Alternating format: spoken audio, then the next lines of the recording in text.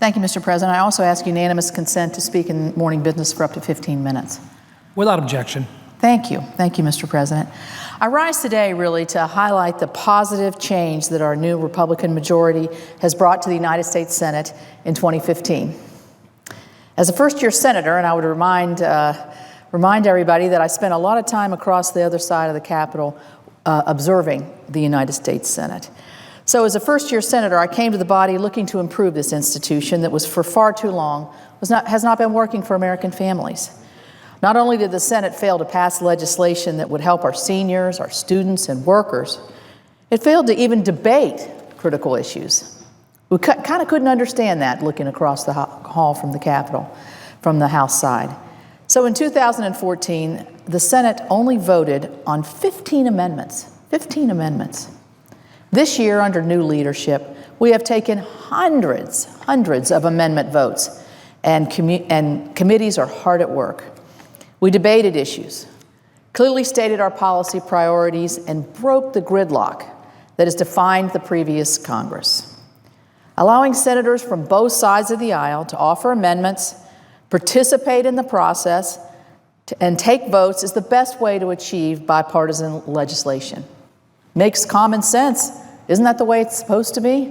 It's kind of what I thought, and I'm glad to know that this year that's what we're doing. Instead, working together is the only way to enact policies that would improve the lives of American people. The new Senate work has borne tremendous fruit, particularly in the past week. We passed the first major overhaul of elementary and secondary education in more than a decade, and the president is poised to sign this into law. 85 senators voted, a big bipartisan majority. The Every Student Succeeds Act strikes the proper balance between flexibility and accountability. The bill ends education waivers and the federal Common Core mandate that had turned Washington bureaucrats into basically a national school board. No one cares more about a student's success than child's parents and their teachers. And those closest to our children should be the one empowered to make those decisions. At the same time, accountability matters. Now, I have 3 children who went through the school system. Testing, in my viewpoint, done properly is a good thing. You want to know where your child stands, where the weaknesses and where the successes are. You want to know how the school stands. But under this bill, states will have multiple measures of student achievement, not just testing. Test results will just be a part of that evaluation, and states will have broad discretion to measure other factors. High schools will now report on the rate of graduates going on to higher education. Whether graduates are prepared to continue education is, in my view, an important measure of success.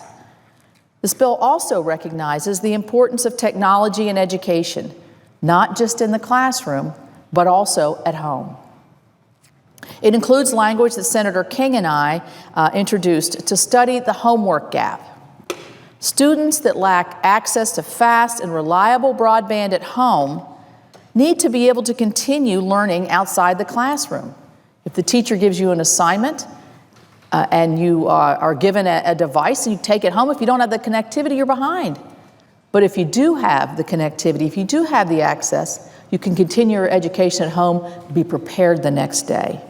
States will now have the flexibility to use federal resources to improve this access to technology.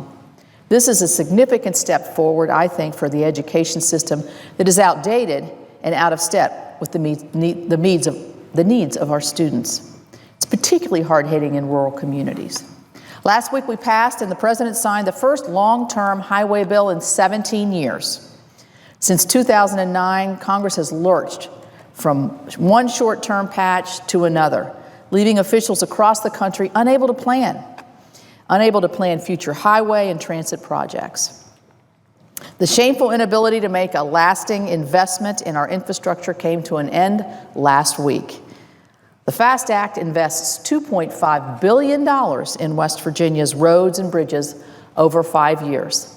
And I can say, going home last weekend, if anybody, the biggest issue raised to me, or in a congratulatory way, was thank you for passing the highway bill. With it, the completion of Route 35 in West Virginia and Corridor H will bring economic potential to our state. And key projects like the King Coal Highway and Coalfields Expressway will help isolated communities attract businesses and provide jobs. States will also now have more flexibility, which is exactly what they want and need, to spend federal dollars. New permitting reforms will help taxpayer dollars go farther and enable projects to be completed more quickly. Time is money, and if you can complete in a shorter time span and you can do your regulatory obligations at the same time, concurrently, it can save states and the federal government and localities money. This highway bill is truly a jobs bill, not only for the workers who will build and repair America's roads and bridges, but these investments will also bring broader economic benefits to our communities. Another good thing this bill does is that will help further job growth in West Virginia. It reauthorizes the Appalachian Regional Commission. This reauthorization includes bipartisan language to establish a high-speed broadband development initiative for underserved areas in Appalachia. Just this Sunday, the Charleston Gazette-Mail wrote about how the lack of broadband was hindering efforts to provide telemedicine in small West Virginia towns. The ARC reauthorization is a tangible step towards getting this region connected. Broadband access can power these communities. So passage of the education and highway bills were tremendous recent achievements, and they follow earlier bipartisan accomplishments this year. With our entitlement programs hurtling towards bankruptcy, it was important for Congress to act. In April, we permanently eliminated Medicare's sustained growth rate, SGR, putting an end to the long series of temporary patches that had vexed our nation's seniors and doctors. These reforms will encourage competition, save taxpayer dollars, and provide a more reliable system for our seniors. We know there's more to do, but this marks a good first step to preserve Medicare for future generations. This same legislation extended funding for the Children's Health Insurance Program, a program that I've been intimately involved with in West Virginia since my early days as a member of the House of Delegates. We passed legislation to help veterans heal from the unseen wounds of war and to support victims of human trafficking. We renewed Trade Promotion Authority to facilitate new trade agreements that can expand American jobs. And we did all of this by working together to find common ground on behalf of the people that we serve. Even when consensus cannot be achieved or the president chooses to go it alone, the Senate should debate the tough issues and show the American people where we stand. We say where we stand when we're running for election. We should be saying where we stand now that we're elected. We shouldn't be shying away from that. So the president's relentless environmental campaign to expand Washington bureaucracy at the expense of our economy is an issue I've been deeply concerned about. Energy-producing states have been hit the hardest. West Virginia, my state, now has the largest and highest unemployment rate after enduring thousands of layoffs and WARN notices. Nationwide, coal mining employment has dropped by more than 30% since 2011. When I was a member of the House of Representatives, I took action to rein in the president's regulatory agenda. But often legislation passed the House could not garner enough support here in the Senate. So as a newly elected senator, I committed to change that and to lead the legislative response to protect affordable, reliable energy. And just last month, we succeeded. The Senate passed 2 resolutions to void the Clean Power Plan that are now headed to the president's desk, including the one that I led.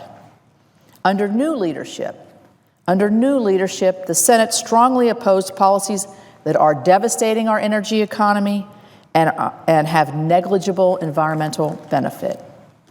Obamacare is another costly disaster that has placed great burdens on the American people.